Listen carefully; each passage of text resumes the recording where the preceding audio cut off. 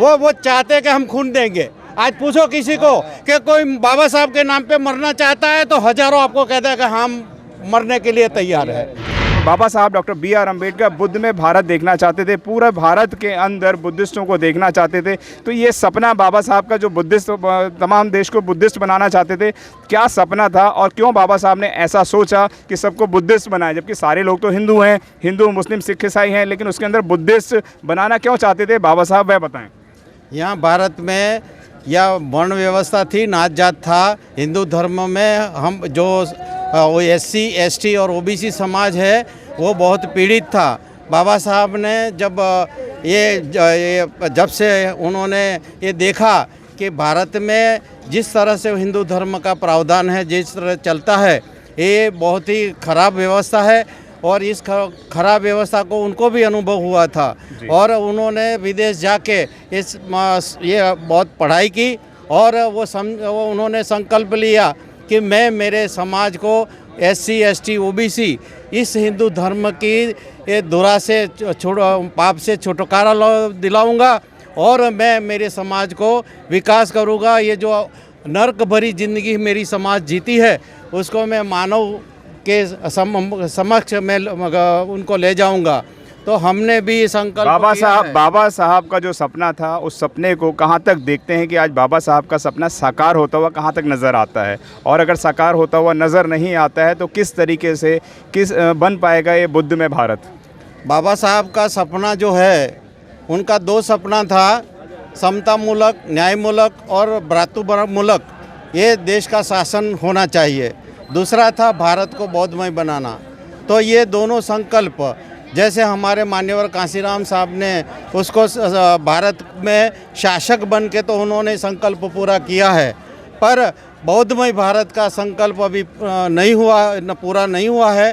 तो हमने राष्ट्रीय बौद्ध महासभा का आगरा में उसका ये हमने उसका बनाया है और राष्ट्रीय बौद्ध महासभा आज पूरे भारत में 37 राज्यों में हमारा संगठन है और हम भारत को बौद्धमय बनाने के लिए हम प्रवृत्त है जी।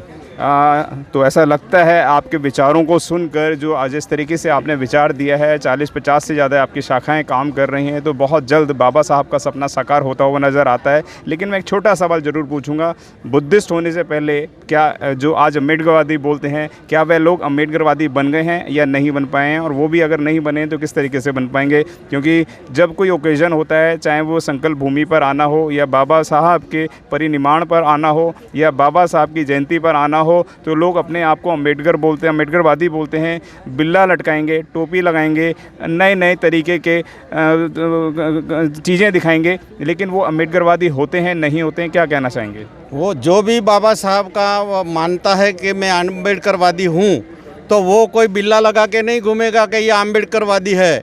पर आपको पता है कि 2 अप्रैल को जब हम पर हल्ला हुआ, न्यायाधीशों ने हमारा संविधान बदल दिया, तब आपने देखा हो कि बॉम्बे में कितना बड़ा जुलूस निकला था।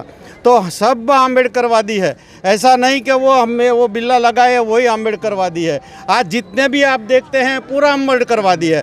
वो चाहते हैं कि हम खून देंगे। आज पूछो किसी को कि कोई बाबा साहब के नाम पे मरना चाहता है तो हजारों आपको कहता है कि हम मरने के लिए तैयार है। इसलिए अम्बेडकरवादी तो है, पर नेतृत्व का अभाव है।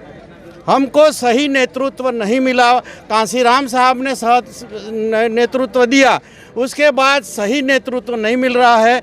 इसके वजह से ये हमारा जो रथ है उसको थोड़ा ढिलाई पे दिख रहा है। पर हमने आप जैसे लोगों ने संकल्प लिया है, तो ये जो रथ है उस पहिए को भी निकाल कर आप सुचारू रूप से चला पाएंगे। हमारी शुभकामनाएं आपके साथ हैं।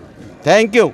अगर आपने अभी तक हमारा चैनल सब्सक्राइब नहीं किया है तो सब्सक्राइब करें और घंटी का बटन बिल्कुल भी दबाना ना भूलें, ताकि सभी लेटेस्ट खबरें पहुंच सकें आप पे सबसे पहले।